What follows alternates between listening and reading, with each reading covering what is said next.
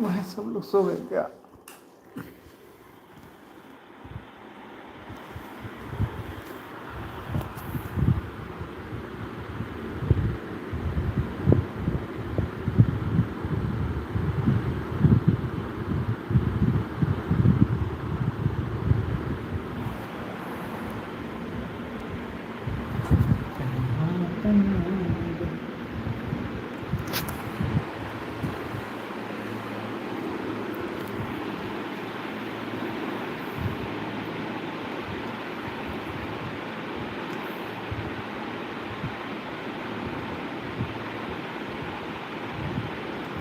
जल्दी जल्दी आओ, जल्दी जल्दी ही चुपे, जल्दी जल्दी ही चुपे, मीना लाइक रे,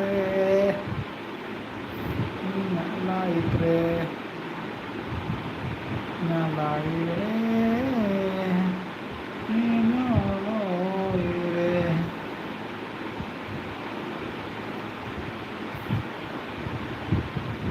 बड़ा अरे कोई तो गाली दिया करो यार, वो गाली वाली नहीं आता। Welcome to live chat. चिंगन मरवा, तो चिंगन मरवा।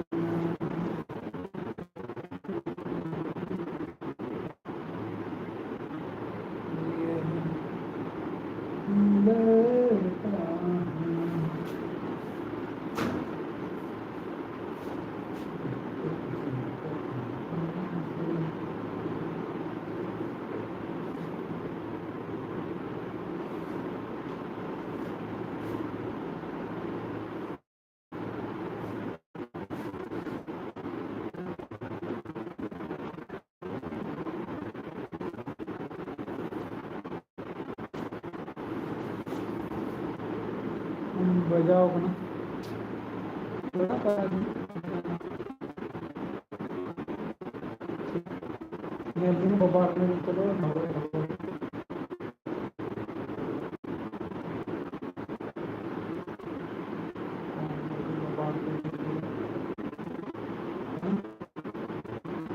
स्कूल इंटरेस्ट लगता है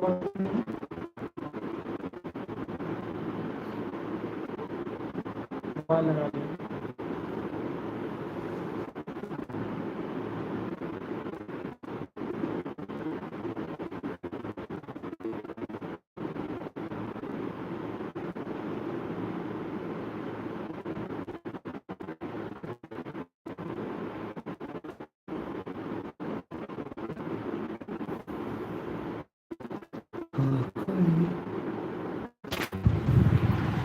अतु दिसम महीने जहाँ जड़ी बूटी को बनी दाड़ा जड़ी बूटी तो एक्सपेरिमेंट करते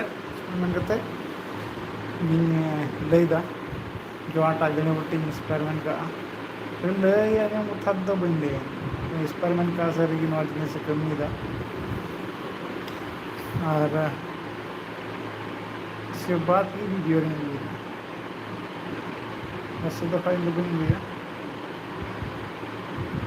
जहाँ चिका मारम के जुदी बाय कमी के मारम के बांग का जुड़ना तो जड़ी बूटी सेंद्रा अगुया मेहनत और उन्हें बाय कमी के तो तो बाहर मनते तो अबू दिसम अबू सेरे उनका पैसा टका से चेता उनका बांग हुई पे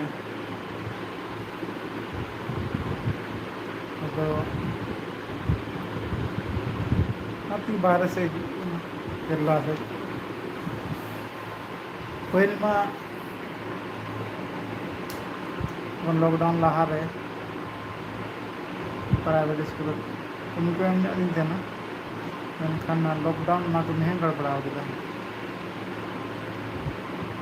इन परे चिकाना तीन पैसा टका लगती पैसा टका बंद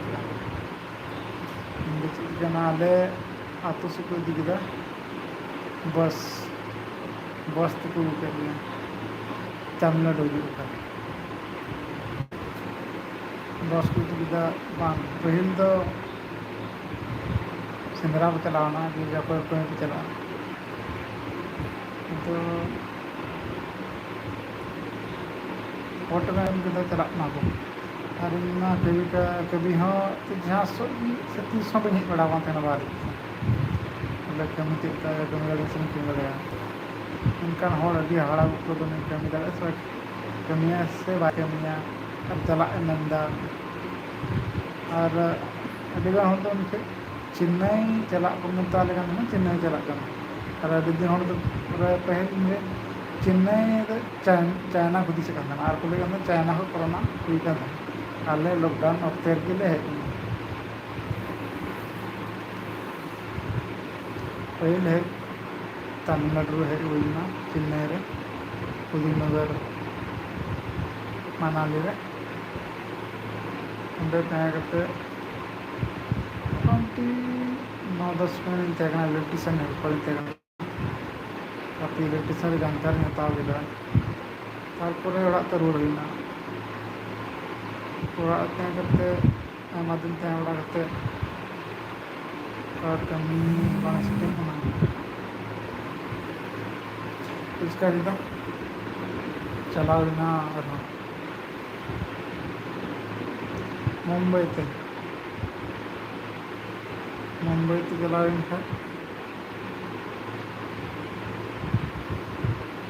मुंबई रे 6 महीना लेका तहना बेस धारा पैसा को मुचाद कमी चाबा दीना जिरवना बिल्डिंग यूट्यूब चैनल फॉलो अंतना वीडियो में कमी इन पर चिकाना रुआड़ना रुआड़ काफी दिन तहते और चिकाय अकाल दा उनका अकाल खातिर hej nañ Kerala दिसम और ट्रेन को हिजुग कान थाना और को बार चला तो फलना जगह तबे इन चला अदो बकु उकान मेनकान इन चलो चाय दिकिन मगुन दा कमी दाड़ा सरा कमी दाड़ा अंदर कोना इन हेज ना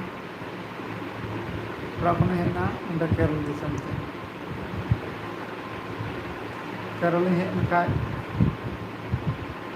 ᱚᱸᱰᱮ ᱠᱟᱹᱢᱤ ᱦᱮᱡ ᱮᱱ ᱠᱷᱟᱡ ᱛᱷᱚᱲᱟ ᱫᱤᱱ ᱦᱟᱸᱰᱮ ᱱᱟᱸᱰᱮ ᱦᱟᱸᱰᱮ ᱱᱟᱸᱰᱮ ᱠᱟᱹᱢᱤ ᱛᱟᱭᱚᱢᱛᱮ ᱛᱷᱚᱲᱟ ᱜᱟᱱ ᱠᱚ ᱵᱩᱡᱷᱟᱹᱣ ᱵᱟᱲᱟ ᱠᱤᱫᱤᱧᱟ ᱵᱟᱝ ᱱᱩᱭ ᱫᱚ ᱚᱞᱚᱜ ᱯᱟᱲᱦᱟᱜ ᱢᱟᱪᱷᱟ ᱜᱤᱫᱽᱨᱟᱹ ᱠᱟᱱᱟᱭ ᱠᱟᱹᱢᱤ ᱫᱟᱲᱮᱭᱟᱜᱼᱟ ᱛᱟᱭᱚᱢᱛᱮ ᱵᱟᱝ ᱢᱮᱛᱟᱹᱧᱟᱠᱚ ᱵᱟᱝ ᱱᱩᱭ ᱥᱴᱳᱨ ᱨᱮᱜᱮ ᱡᱟᱦᱟᱱᱟᱜ ᱡᱤᱱᱤᱥ ᱮᱢᱚᱜ ᱥᱮ ᱜᱚᱲᱚᱭ ᱫᱟᱲᱮᱭᱟᱜᱼᱟᱭ ᱚᱸᱰᱮ ᱥᱟᱱᱟᱢᱟᱜ ᱥᱩᱵᱤᱫᱷᱟ ᱦᱩᱭᱩᱜᱼᱟ ᱠᱚᱢᱯᱞᱮᱱ ᱠᱚ ᱵᱩᱡᱽ ᱠᱮᱫᱟ ᱟᱫᱚ ᱱᱤᱭᱟᱹ ᱥᱴᱳᱨ ᱠᱚ ᱤᱫᱤ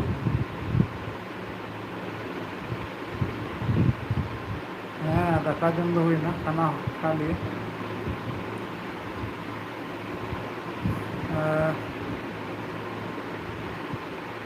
आप खाए हैं कि नहीं खाए हैं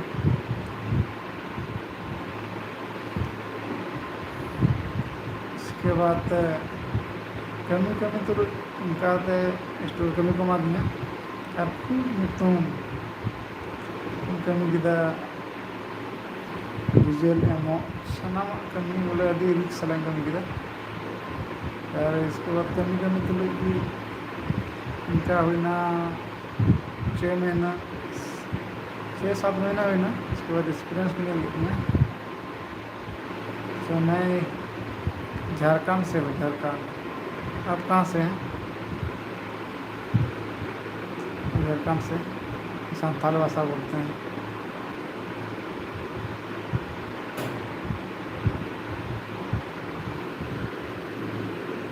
तो कहना अपना है झारखंड दुमका डिस्ट्रिक्ट झारखंड जानते हैं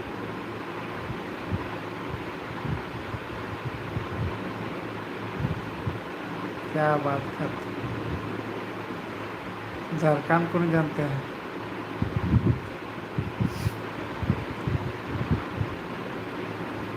झारखंड बंगाल साइड बिहार और बिहार को अलग करके झारखंड बनाया गया है महेंद्र सिंह धोनी को जानते हैं बस उसी का स्टेट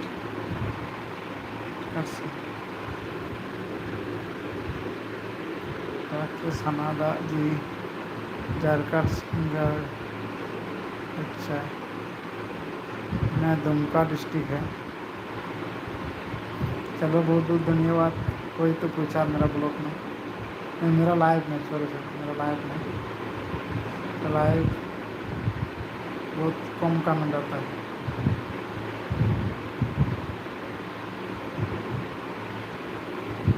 चलो आप कहाँ से हैं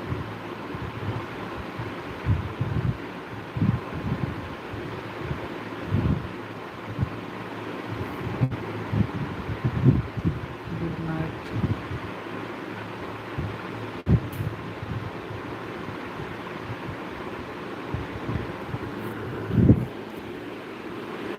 गुड नाइट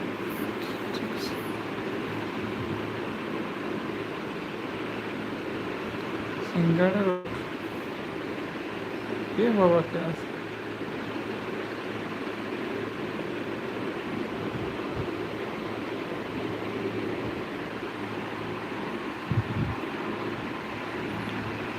ठीक है इन पर इंका मैंने बोलते डे नाइट वाले स्टोर कीपर किनते असिस्टेंट नाइट लगे तो छुट्टी इन जगह नाइट स्टोर स्टोर पूरा तारपरे मोबाइल को मावतिया मांग स्टोर का पति प्रोजेक्ट तहना से नित चला तो मुचाद प्रोजेक्ट इसके बाद उन्नी को रिलीज किदे उडुक किदे कमी जवानते इसके बाद सेकेंड डे बोले तहना उन्नी चेकना कमी जबा इते उन्नी टारे जॉइनिंग किदा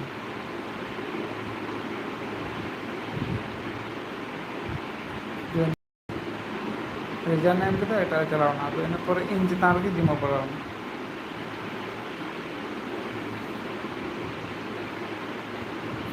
दुमका डिस्ट्रिक्ट, दुमका।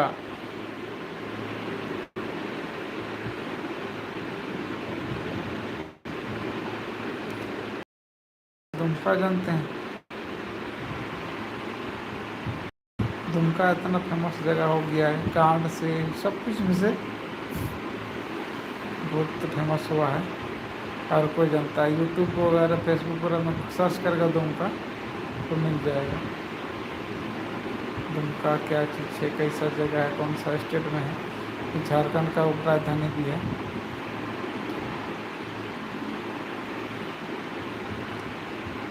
अपने कटवा, कटवा डिस्ट्रिक्ट।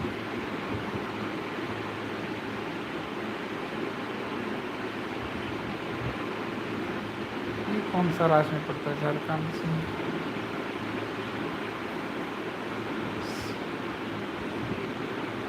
काटो।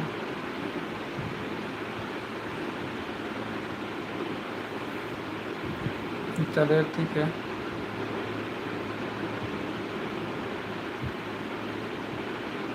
खाना खा लिए?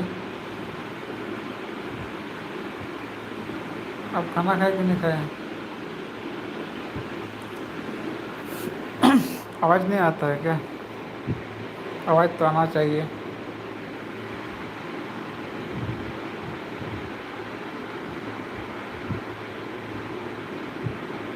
काफ़ी टाइम हो गया, मैं 10 मिनट का लेता हूँ। मैं तो 17 मिनट ले लिए। ठीक है, नेक्स्ट डे बात करेंगे। आज से लाइव में बहुत कम आदमी है, नहीं दिखता है।